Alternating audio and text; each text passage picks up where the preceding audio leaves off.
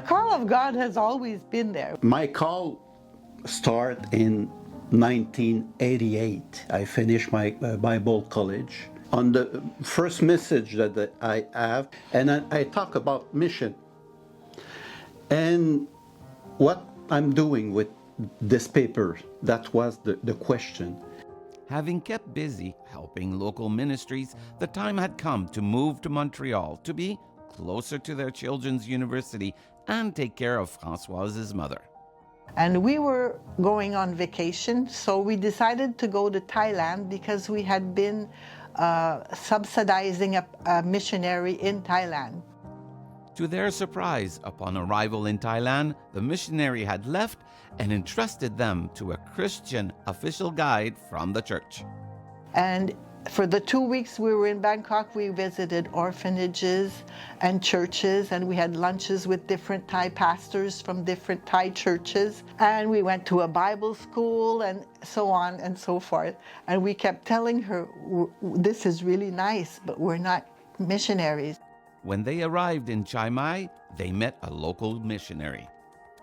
She brings us to the guest house, which was more like an abandoned house.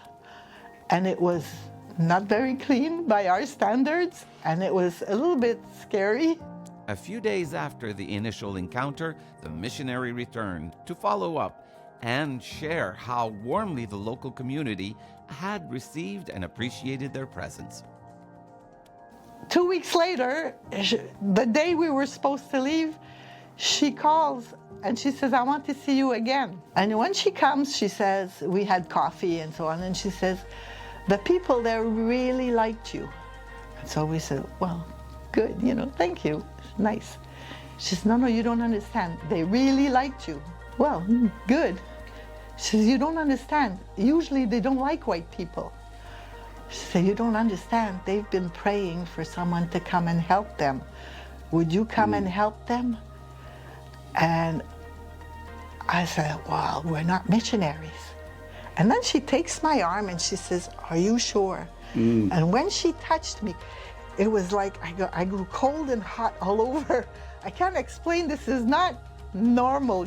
Something was different. On their way back, because of her mother's condition, they thought it would not be possible. But at home, as they shared with their daughter and son, he offers to take care of his grandmother.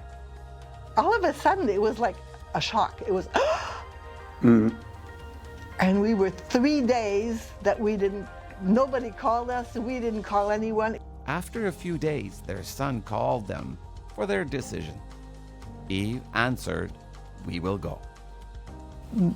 The whole interview changed from that point, because from just being tourists on vacation, all of a sudden we were maybe valid candidates in a sense that we had the qualifications.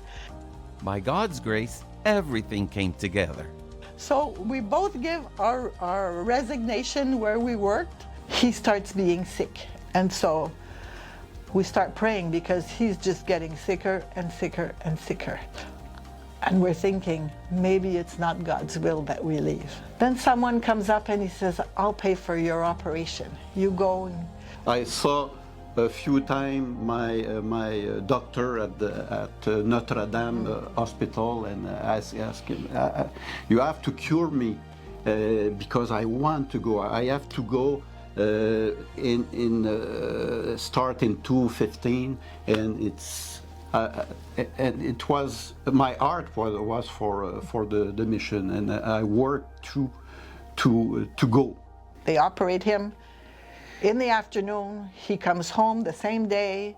The next day we go back, and then that's it. It was finished. Everything had gone well, so we bought the tickets and we left in January. So we knew our whole life that we were called by God, that we had a mission, and we didn't do mission elsewhere until we went to Thailand.